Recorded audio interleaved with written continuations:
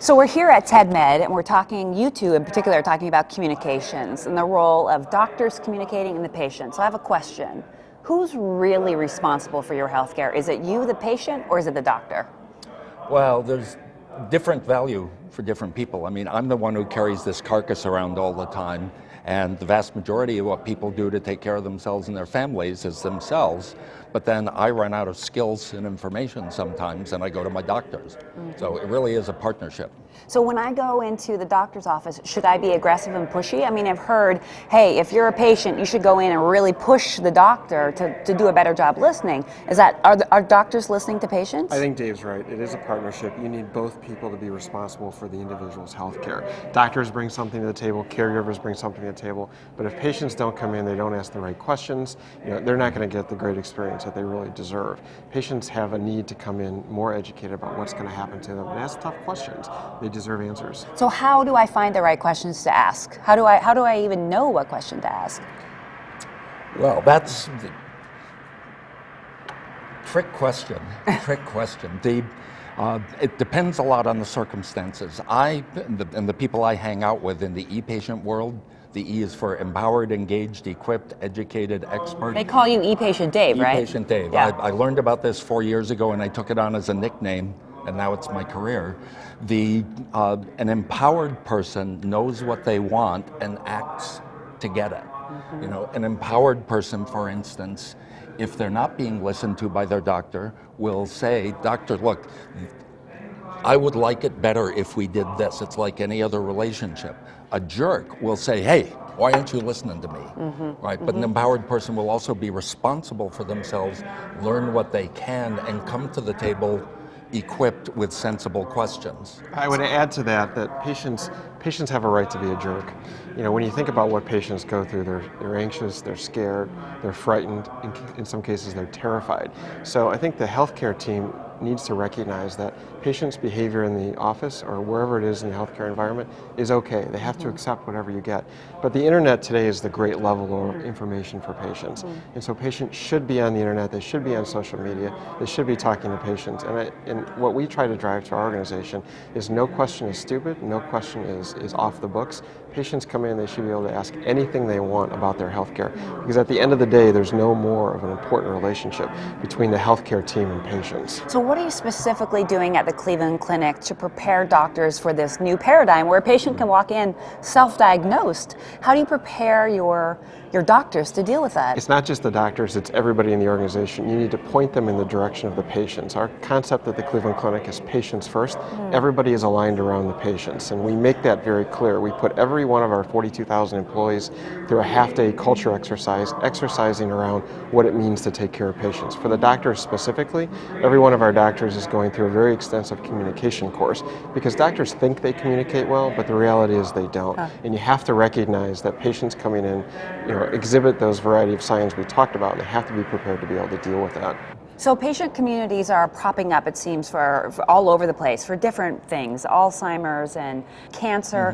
Do your doctors monitor these patient sites to get a sense of what's going on in different communities so they can be proactive? I think sometimes we do, but what I tell patients and what we tell our doctors to tell patients is go on the internet, learn about what you have. We tell them to pay attention to the big sites because I think they're more reputable. You have to be very careful about information out there that may not be true, but we also want them to pay very close attention to what patients say. So people like Dave and others that have these organizations or these sites that push out information about their experiences is very important because you can get the technical information from the better sites, but you need to learn what it means to be a patient, to experience these things from people that have gone through it like him. So it's very important to pay attention to both. I know I've personally been in situations where my doctor is not listening. They're not responsive to me, and I'm frustrated. What advice do you give? I think this has happened to everyone. What advice do you give to a patient that's doctor is just not listening to them? There's nothing more important in healthcare than the patient and how the patient and the caregiving team communicate with each other.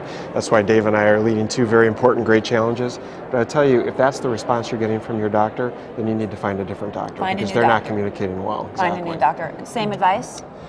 Well, the first thing I'd start with, because so many patients think it's all or nothing, they don't realize they can speak up like in a marriage and say, look, I really would like to have more of this or less of that or whatever, or I really don't like how that felt. Right. And see what the response is. Sometimes, especially a lot of clinicians are very overworked with too little time per patient. They may not realize how they came across, especially since, my personality may be different from most of the patients, they say.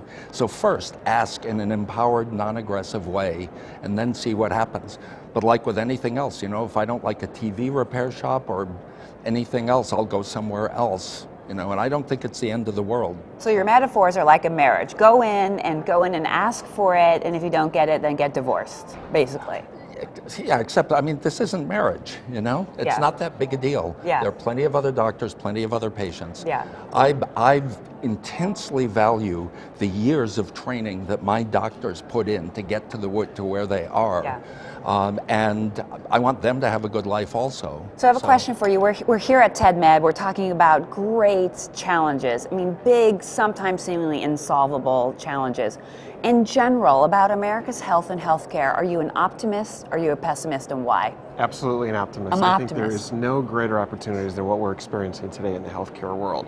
Whether you're talking about technology or how we align people to deliver care or payer reform, there's lots of exciting things going on out there, and I think that the future of healthcare is very bright. Optimist or pessimist? I'm an optimist very conditionally. It depends on I was a business analyst. I worked in marketing and understanding how industries evolve before I got into this line of work. My condition is if healthcare learns to listen more to what patients want. I'm completely convinced that a major driving factor of costs going through the roof is that this is the only industry where the definition of quality and strategic thinking doesn't start by asking what the customer wants. All right, so we end up spending on all kinds of things that patients didn't ask for. Now, in a great institution like, I'll say, the Cleveland Clinic, they're doing that, and they really mean it. It's a deep part of their culture, and that's going to work out well. But I'm going to predict that within about 5 years, institutions that don't think that way are going to be in big trouble. So customer-focused healthcare. Optimist conditionally and a full optimist. Absolutely.